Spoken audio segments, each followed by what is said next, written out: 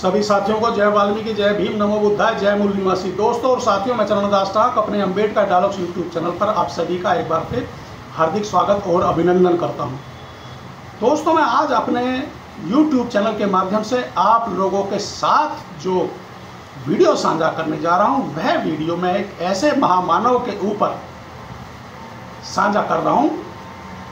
और आखिर हम उस महान शख्सियत को महामानव क्यों कहते हैं? साथियों, उस महामानव ने वर्षों की, लगभग 5000 वर्षों की कुरीतियों को, कुप्रथाओं को समाप्त करने के लिए, उनको मिटाने के लिए वर्षों संघर्ष किया। देश विदेश घूमे, देश विदेश के पढ़ाई की, देश विदेश में देखा कि आखिर हमारे देश के अलावा और देशों में मानव यानी मनुष्य किस तरह से रहते हैं, किस तरह से सभी मनुष्य, सभी मानव को समान अधिकार मिलते हैं और समानता के साथ अपना जीवन यापन करते हैं। जी हाँ साथियों, उस महामानव का नाम है डॉक्टर B.R. अम्बेडकर। आखिर हमारे देश भारत के अलावा पूरा विश्व डॉक्टर B.R. अम्बेडकर को महामानव कहकर संबोधित क्यों करता है? आखिर पूरा विश्व हमारे देश भारत में डॉक्टर B.R. अम्बेडकर के अलावा और किसी को महामानव या सूर्य जैसे उपाधि से जो पुकारते हैं, और किसी अन्य महापुरुष को क्यों नहीं पुकारते?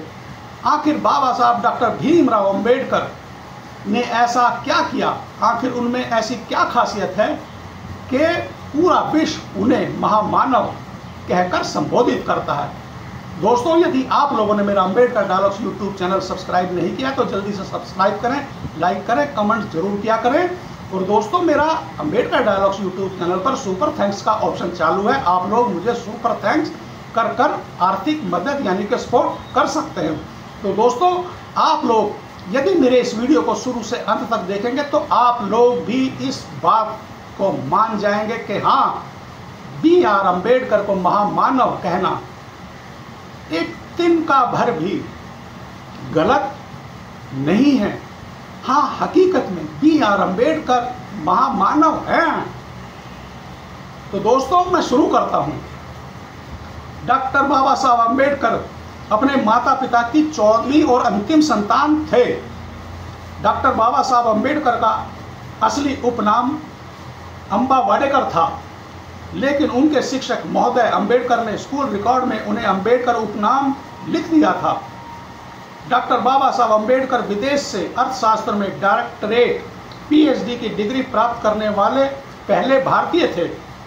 डॉक्टर अम्बेडकर एकमात्र भारतीय ऐसे हैं जिनकी मूर्ति लंदन संग्रहालय में कार्ल मार्क्स के साथ लगी हुई है। भारतीय तिरंगे में अशोक चक्र को जगह देने का श्रेय भी डॉक्टर अम्बेडकर को ही जाता है। हालांकि राष्ट्रीय ध्वज का डिजाइन पिंगली वेंकैया ने बनाया था। नोबेल पुरस्कार विजेता professor Amartya Sen doctor B.R. Ambedkar को अर्थशास्त्र में अपना पिता मानते थे।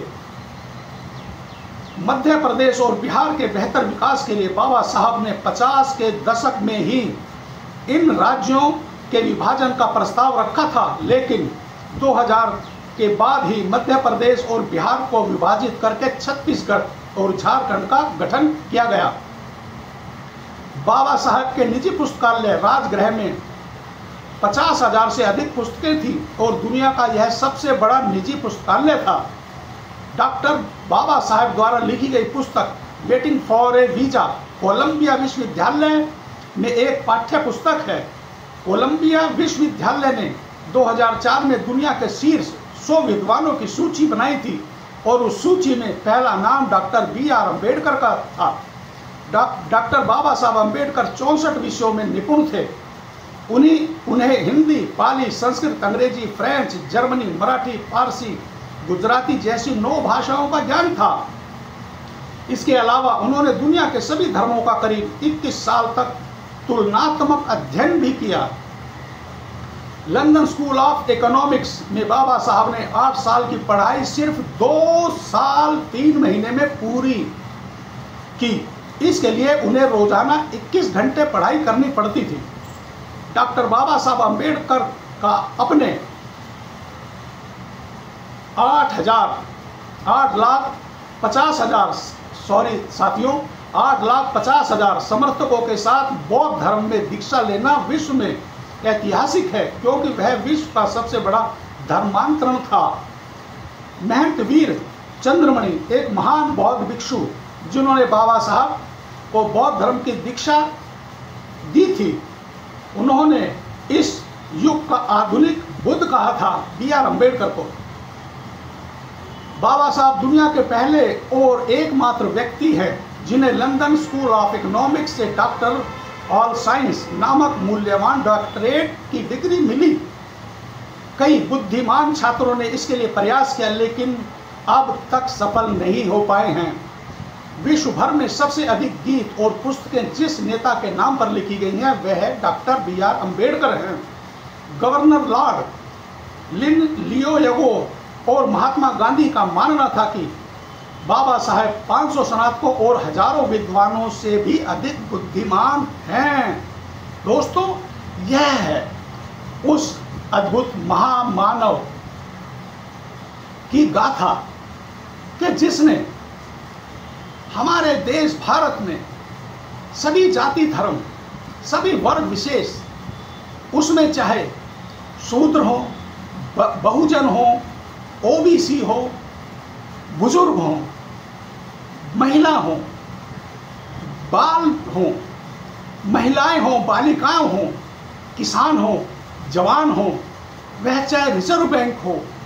साथियों, मैं कहाँ तक नाम लूँगा, मैं सभी बाबा साहब डॉक्टर भीमराव अम्बेडकर जी द्वारा किए गए सभी कार्यों का यदि नाम लूँगा तो वीडियो बहुत बड़ा हो जाएगा। बस यहाँ यही समझना ही काफ़ी होगा कि आज हमारे देश भारत में जो भी नीति और निर्धारण है वह सभी बाबा साहब डॉक्टर भीमराव अम्बेडकर जी और उनके द्वारा लिखित भारतीय संविधान के ऊपर आधारित है। तो यह है उस महामानव की गाथा।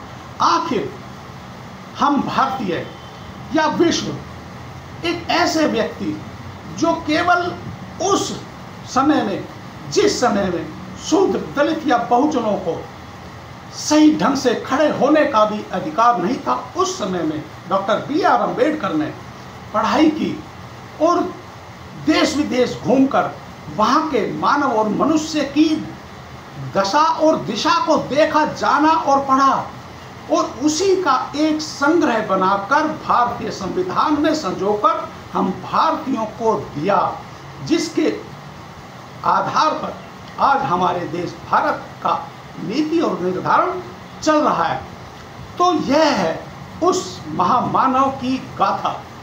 तो दोस्तों, यदि आप लोग भी मानते हैं कि हाँ, डॉक्टर B.R. अम्बेडकर हकीकत में वह महामानव हैं जिनका सानी आज तक भी भारत तो क्या पूरे विश्व में नहीं है, तो आप लोग मेरे इस वीडियो को अपने सगे संबंधियों और इष्ट मित्रों को ज़्यादा से ज़्यादा शेयर करें और साझा करें। और अंत में एक बार फिर सभी साथियों को जय वाल्मीकि, जय भीम, नमो बुद्धाय, जय मूल निवासी।